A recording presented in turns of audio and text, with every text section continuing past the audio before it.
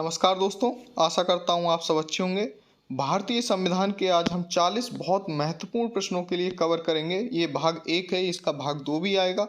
UP triple SC PAT exam जो 18 सितंबर के लिए होने जा रहा है, उसके लिए बहुत ज़्यादा इंपॉर्टेंट वीडियो है ये भाग 1 और इसका भाग 2। अगर आप दोनों भाग देख लेंगे तो इसमें भारतीय संविधान से और राज्य व्यवस्था से आने वाले 5 प्रश्न आपके कंप्लीट हो जाएंगे।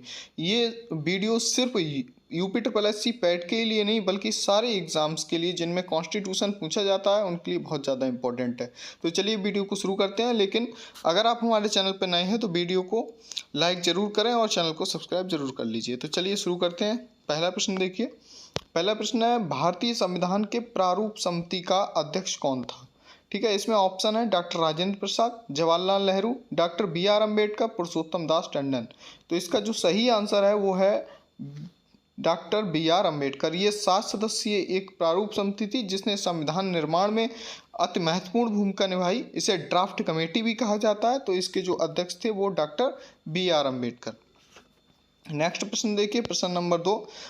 संविधान निर्मात्री सभा में झंडा समिति के अध्यक्ष कौन थे? तो आपको झंडा समिति का अध्यक्ष बताना है। ऑप्शन है JB Kripalani, KM Munshi, doctor BR Ambedkar, Jawaharlal Nehru. तो इसका जो सही आंसर है वो है आपका JB कृपलानी। ठीक है, ध्यान रखिए, झंडा समिति के अध्यक्ष तो कौन थे? JB कृपलानी। नेक्स्ट क्वेश्चन देखिए, भारतीय संविधान निर्माण में में है, ठीक है, इसको ठीक से कर लीजिए। भारतीय संविधान में निर्माण में संविधान सभा को कितना समय लगा? तो ऑप्शन इसमें दिए हैं, उसके आधार पर मैं ज़्यादा समय नहीं लूँगा। इसका सही आंसर जो है वो है 2 वर्ष 11 माह 18 दिन। ठीक है, आपको पता होगा 2 वर्ष 11 माह 18 दिन इसका करेक्ट आंसर है। नेक्स्ट क्वेश्चन देखिए, क्वेश्चन नंबर 4।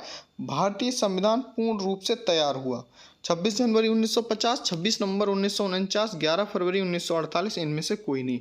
तो इसका जो सही आंसर है वो है 26 नवंबर 1949। देखिए, इस पे जो संविधान की प्रस्तावना में डेट अंकित है वो है 26 नवंबर 1949। तो ये पूर्ण रूप से तैयार पूछा है। पूर्ण रूप से तैयार हुआ हमारा 26 नवंबर 1949, जबकि पूर्ण रूप से ये पूछा जाए लागू कब हुआ, तब होगा हमारा 26 जनवरी 1950। नेक्स्ट क्वेश्चन देखिए, क्वेश्चन नंबर 5। संविधान सभा का संवैधानिक सलाहकार किसे नियुक्त किया गया था? ऑप्शन है doctor BR Ambedkar, KT Shah, BN Rao और AK अय्यर। तो संवैधानिक सलाहकार पूछा जाए तो आपका सही आंसर होगा सर BN राव। ठीक है, BN राव। ठीक, नेक्स्ट क्वेश्चन देखिए, क्वेश्चन नंबर 6। भारतीय संविधान की संघ शक्ति समिति के अध्यक्ष कौन थे? तो जो संघ शक्ति समिति के अध्यक्ष ऑप्शन है सरदार पटेल, डॉक्टर BR अम्बेडकर, अल्लादी कृष्ण स्वामी अय्यर, पंडित जवाहरलाल नेहरू। तो इसका जो सही आंसर है वो है पंडित जवाहरलाल नेहरू। संघ शक्ति समिति के जो अध्यक्ष हैं वो पंडित जवाहरलाल नेहरू। नेक्स्ट क्वेश्चन देखिए, भारतीय संविधान की है मतलब भारतीय संविधान का जो प्रकार है वो किस तरीके का है? संघीय, एकात्मक, कठोर, कुछ एकात्मक कुछ कठोर। तो इसका जो सही आंसर है वो संघीय। ठीक है, भारतीय संविधान एक राज्यों का संघ है। ठीक, तो ये संघीय संविधान है। नेक्स्ट प्रश्न देखिए, प्रश्न नंबर 8। भारतीय संविधान में मौलिक कर्तव्य का विचार लिया गया है। कहाँ से मौलिक कर्तव्य का विचार लिया है? मौलिक कर्तव्य की बात हो रही है, ये ध्यान रखिए।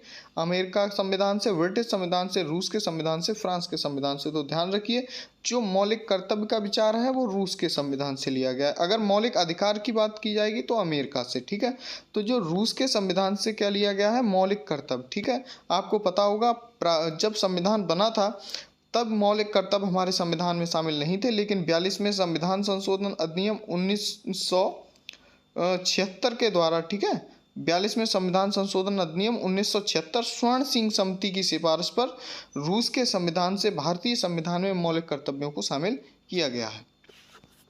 क्वेश्चन नंबर 9 देखिए, भारतीय संविधान में नीति निर्देशक तत्वों की प्रेरणा किस संविधान से प्राप्त हुई? ये वेरी मोस्ट इंपॉर्टेंट क्वेश्चन है। Australia, America, France, Ireland. तो इसका जो सही आंसर है वो है आयरलैंड। ठीक है, नीति निर्देशक तत्व। ठीक है, नीति निर्देशक तत्व की प्रेरणा कहाँ से प्राप्त हुई है? तो ये है आयरलैंड। प्रश्न नंबर नेक्स्ट देखिए, भारतीय संविधान में समवर्ती सूची किस संविधान से ली गई है? समवर्ती सूची की बात है, देखिए USA, कनाडा, जर्मनी, ऑस्ट्रेलिया। तो जो समवर्ती सूची का सही आंसर है वो है ऑस्ट्रेलिया। ठीक, नेक्स्ट क्वेश्चन देखिए, भारतीय संविधान में मौलिक अधिकारों की व्यवस्था किस देश से की गई है? मैंने अभी बताया था, ब्रिटेन, संयुक्त राज्य अमेरिका, सोवियत संघ, कनाडा। तो इसका जो सही आंसर है वो यूएसए या संयुक्त राज्य अमेरिका है। ठीक है, ब्रिटेन से संसदीय प्रणाली ली गई है, ये ध्यान रखना। सोवियत संघ या रसिया से मौलिक कर्तव्य लिए गए हैं। कनाडा से अवशिष्ट शक्तियों का कॉन्सेप्ट जो है वो कनाडा से लिया गया है। नेक्स्ट क्वेश्चन देखिए, संघात्मक शासन व्यवस्था कहाँ से ली गई है? संघात्मक शासन व्यवस्था कहाँ से ली गई? अमेरिका, रूस, कनाडा, इंग्लैंड। तो जो इसका सही आंसर है संघात्मक शासन व्यवस्था, देखिए संघात्मक है और एक होता है संसदीय। जो संसदीय शासन व्यवस्था होगी, संसदीय, वो तो ली गई है इंग्लैंड से। ठीक है, संसदीय शासन व्यवस्था इंग्लैंड से। जो संघात्मक शासन व्यवस्था ली गई है, राज्यों का एक संघ है, वो ली गई है कनाडा से। ठीक, नेक्स्ट क्वेश्चन देखिए, वर्तमान में भारतीय संविधान में कुल कितनी अनुसूचियां हैं? तो जो मूल संविधान बना था उसमें ध्यान रखिए 395 अनुच्छेद और 8 अनुसूचियां थीं। ठीक है, 395 अनुच्छेद, 8 अनुसूचियां थीं। आज जो है 12 अनुसूचियां हो गई हैं। कुल कितनी अनुसूचियां हो गई हैं? 12 अनुसूचियां हो गई हैं और लगभग 450 अनुच्छेद हो गए हैं। नेक्स्ट क्वेश्चन है, भारतीय संविधान की तीसरी अनुसूची का संबंध है। तो भारतीय संविधान की तीसरी अनुसूची का जो संबंध बताया गया है, तीसरी अनुसूची पूछी है राज्यसभा में प्रतिनिधित्व से, ये चौथी अनुसूची से है। ये किससे है? 4 नंबर से। ठीक है, ध्यान रखिए, चौथी अनुसूची से। शपथ या प्रतिज्ञान से, भाषाओं से महत्वपूर्ण पदाधिकारियों के वेतन से। तो ये तीसरी अनुसूची है वो शपथ या प्रतिज्ञान से। दूसरी अनुसूची जो है वो वेतन से संबंधित है। तीसरी अनुसूची शपथ या प्रतिज्ञान से। ठीक है, और चौथी बहुत इंपॉर्टेंट है कि राज्यसभा में प्रतिनिधित्व से। प्रश्न नंबर 15 देखिए, भारतीय संविधान की 10वीं अनुसूची का संबंध है राष्ट्रीय भाषाओं से, पंचायती राज से, दल बदल विरोधी कानून से, भूमि सुधार से। तो इसका जो सही आंसर है वो दल बदल जो विरोधी कानून है, एंटी डिफेक्शन लॉ, इसके आधार पर जो है दल बदल जो विरोधी कानून है, इसके आधार पर 10वीं अनुसूची इससे संबंधित है। ठीक है, नेक्स्ट क्वेश्चन देखिए, भारतीय संविधान के किस अनुच्छेद में प्रेस की स्वतंत्रता दी गई है? अनुच्छेद 14, 25, 21 और 19। तो जिसका जो सही आंसर है, देखिए वाक, ये प्रेस की स्वतंत्रता वाक एवं अभिव्यक्ति की स्वतंत्रता में आती है। वाक एवं अभिव्यक्ति की स्वतंत्रता, तो ये वाक एवं अभिव्यक्ति की स्वतंत्रता है वो है आर्टिकल नंबर 19A। ठीक है, तो इसका सही आंसर होगा प्रेस की स्वतंत्रता 19A। नेक्स्ट क्वेश्चन है, भारतीय संविधान के किस अनुच्छेद में ग्राम पंचायत के गठन का निर्देश है? तो जो ग्राम पंचायत के गठन का निर्देश है वो 32, 40, 48 और 78 ये अनुच्छेद दिए गए हैं। तो जो इसका सही आंसर है वो अनुच्छेद नंबर 40 है। ठीक है, अनुच्छेद नंबर 40 में भारतीय संविधान में ग्राम पंचायतों के गठन की व्यवस्था की गई है। नेक्स्ट प्रश्न देखिए, प्रश्न नंबर 18, संविधान के किस अनुच्छेद में संविधान संशोधन की प्रक्रिया, ठीक है, का उल्लेख? अनुच्छेद 349, 368, 390, 351। तो इसका जो सही आंसर है वो 368 है। ठीक, 368 में जो है संविधान संशोधन की प्रक्रिया का उल्लेख किया गया है। क्वेश्चन नंबर 19, मौलिक अधिकारों में संशोधन करने में कौन सक्षम है? राष्ट्रपति, लोकसभा, सर्वोच्च न्यायालय, तो संसद। देखिए इसका जो सही आंसर है वो है संसद।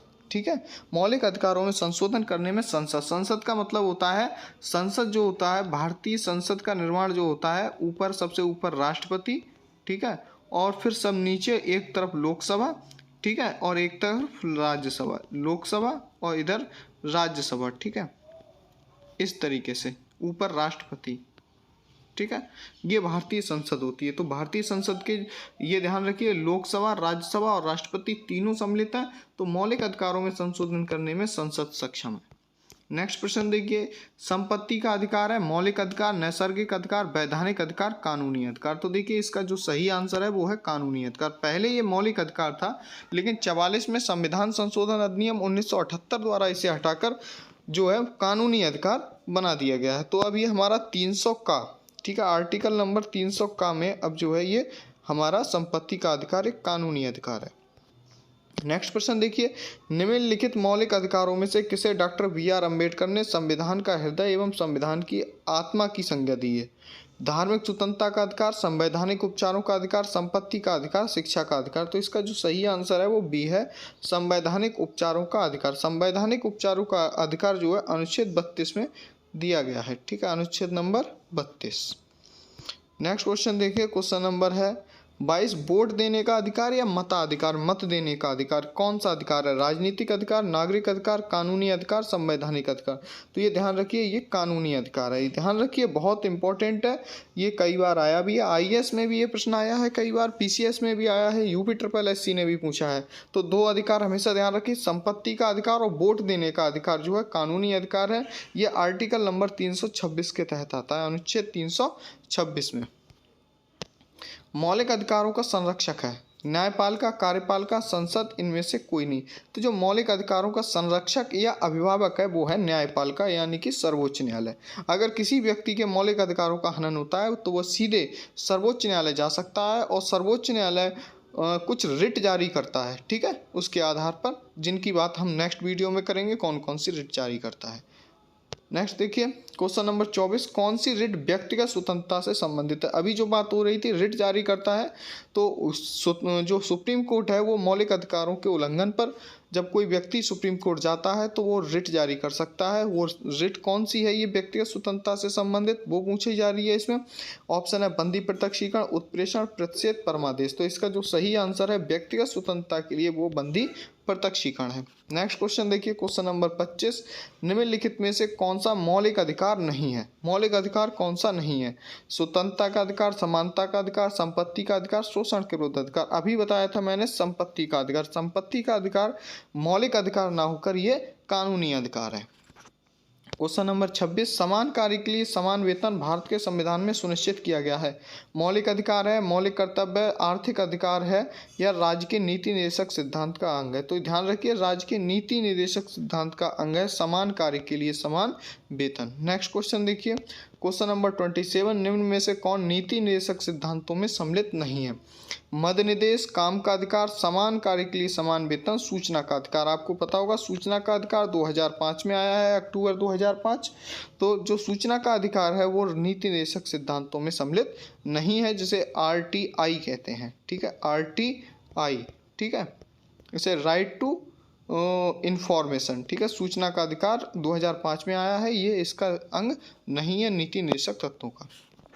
नेक्स्ट क्वेश्चन देखिए 28, किस समिति की सिफारिश पर मूल कर्तव्यों को शामिल किया गया? अभी मैंने बताया था थोड़ी देर पहले, इसमें ऑप्शन है आंगर समिति, स्वर्ण सिंह समिति, ठक्कर आयोग, बलवंत राय मेहता समिति। तो इसका जो सही आंसर है स्वर्ण सिंह समिति, ठीक है। जो स्वर्ण सिंह समिति 42वें संविधान संशोधन अधिनियम 1976, ठीक है, 42वां संविधान संशोधन अधिनियम 1976 के द्वारा स्वर्ण सिंह समिति की सिफारिशों पर मूल कर्तव्यों को भारतीय संविधान में शामिल किया गया। अब मूल कर्तव्य ये किसके आधार पर शामिल, किस देश से लिए गए हैं? तो आपको पता है रूस के आधार पर लिए गए हैं, ठीक है। और बलवंत राय मेहता समिति ये अलग है, ठीक है, ये अलग है। नेक्स्ट क्वेश्चन देखिए, संविधान में मौलिक कर्तव्य किस संशोधन द्वारा जोड़े गए? अभी बताया था, तो 42वां संशोधन 1976 के द्वारा जोड़े गए हैं। नेक्स्ट क्वेश्चन देखिए, भारतीय संविधान के किस अनुच्छेद में भारतीय नागरिकों के मूल कर्तव्य शामिल हैं? तो अनुच्छेद 50(1), 50 खा, 51 खा। तो ध्यान रखिए अनुच्छेद 50 का एकमात्र अनुच्छेद है जिसमें 11 वर्तमान में ये भी पूछा जाता है कितने मौलिक कर्तव्य हैं, तो कुल 11 मौलिक कर्तव्य हैं जो भारतीय संविधान में शामिल हैं। नेक्स्ट क्वेश्चन देखिए, सरकारी आयोग, ठीक है, का संबंध है राजस्व वितरण से, भारत के राष्ट्रपति की शक्तियों एवं कार्यों से, संसद की सदस्यता से, केंद्र और राज्यों के बीच संबंध से। तो जो सरकारी आयोग ये बहुत ज़्यादा इंपॉर्टेंट है, केंद्र और राज्यों के बीच संबंधों से ये संबंधित है। प्रश्न नंबर नेक्स्ट देखिए 32, संविधान के किस अनुच्छेद के तहत राष्ट्रीय आपातकाल की घोषणा राष्ट्रपति कर सकता है? तो इसका जो सही आंसर है, देखिए राष्ट्रीय आपातकाल की बात हो रही है। ऑप्शन दिया है अनुच्छेद 352, अनुच्छेद 356, अनुच्छेद 360, अनुच्छेद 368। तो इसका जो सही आंसर है राष्ट्रीय आपातकाल वो है अनुच्छेद 352। देखिए 356 होता है राष्ट्रपति शासन से संबंधित, 360 होता है वित्तीय आपातकाल से संबंधित, तो 368 होता है संविधान संशोधन से संबंधित।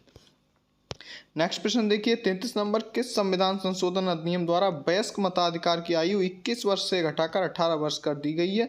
देखिए ये है 21 वर्ष से घटाकर 18 वर्ष कर दी गई। ये कौन से संविधान संशोधन अधिनियम? तो ये है 61वां। देखिए 61वां संविधान संशोधन 1988 में आया था और जो ये लागू हुआ था वो थी 1989 में, ठीक है।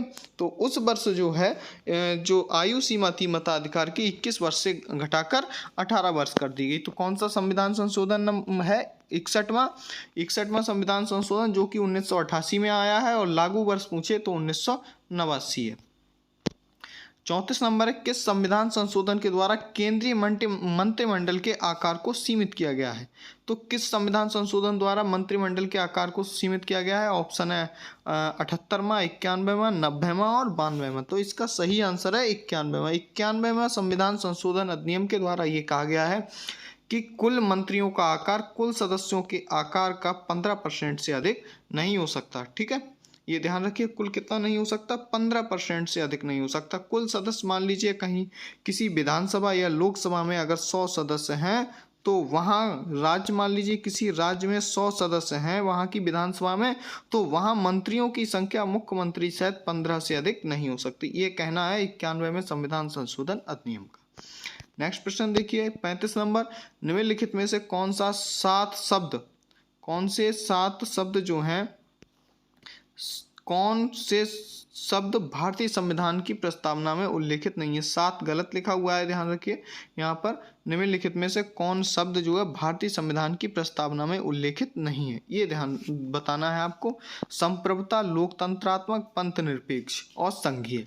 तो इसका जो सही आंसर है वो संघीय शब्द भारत की प्रस्तावना में उल्लेखित नहीं है, बाकी तीनों शब्द जो है भारत की प्रस्तावना में उल्लेखित हैं। नेक्स्ट प्रश्न देखिए, प्रश्न नंबर 36 है, भारत के संविधान के किस भाग में हम नागरिकता से संबंधित प्रावधानों को पाते हैं? भाग 1, भाग 2, भाग 7, भाग 9। तो इसका जो सही आंसर है वो भाग 2 है। भाग 2 नागरिकता से संबंधित है, भाग 3 मौलिक अधिकार, भाग 4 जो है आपका राज्य के नीति निदेशक सिद्धांतों से संबंधित है। नेक्स्ट प्रश्न देखिए, प्रश्न नंबर 37, निम्नलिखित में से किन अनुच्छेदों को राष्ट्रीय आपातकाल के दौरान निलंबित नहीं किया जा सकता? ठीक है, राष्ट्रीय आपातकाल अभी बताया था, आर्टिकल नंबर अगर 352 के तहत देश में राष्ट्रीय आपातकाल लगाया जाता है तो कौन से अनुच्छेदों को निलंबित नहीं किया जा सकता? तो ऑप्शन है इसमें अनुच्छेद 14-15, अनुच्छेद 19-20, अनुच्छेद 21-22, अनुच्छेद 20-21। तो इसका जो सही आंसर है वो अनुच्छेद नंबर है 20 और 21। ठीक है, इसको जो है निलंबित नहीं किया जा सकता। नेक्स्ट क्वेश्चन देखिए, क्वेश्चन नंबर है 38, निम्नलिखित में से किस बाद में भारतीय संविधान के मूलभूत ढांचे की अवधारणा प्रतिपादित की गई थी? ठीक है, किस बाद में मूलभूत ढांचे की अवधारणा प्रतिपादित की गई है? इंदिरा साहनीवाद, शंकरी प्रसाद, केशवानंद भारती, रुदल शाह। तो बहुत इंपॉर्टेंट है केशवानंद भारतीवाद। ठीक है, ये बहुत बार प्रश्न आता है, बहुत बार IAS, PCS, UP, सब में आता है। ठीक है, मूल ढांचा कहते हैं, मूलभूत ढांचा या मूल ढांचा। ठीक है, संविधान के मूल ढांचे की जो अवधारणा है केशवानंद भारतीवाद में प्रतिपादित की गई है सर्वोच्च न्यायालय द्वारा। नेक्स्ट प्रश्न देखिए 39, अनुसूचित जातियों और अनुसूचित जनजातियों के लिए एक राष्ट्रीय आयोग का गठन करने का प्रावधान किस अनुच्छेद में है? यानी SCs के लिए और STs के लिए एक आयोग गठन करने का प्रावधान किस आर्टिकल में है? ठीक है, ऑप्शन है 338, 338 ए, 337, 334, 339। सही आंसर है इसका 338 और 338 ए।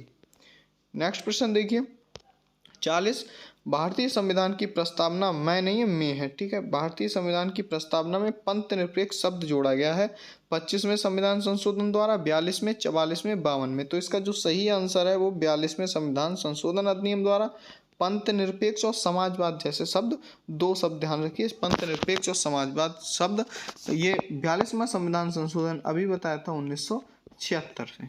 ठीक है, आशा करता हूँ वीडियो आपको अच्छा लगा होगा। कोई आपके लिए परेशानी हो, कोई बात हो तो कमेंट करके ज़रूर बताइएगा।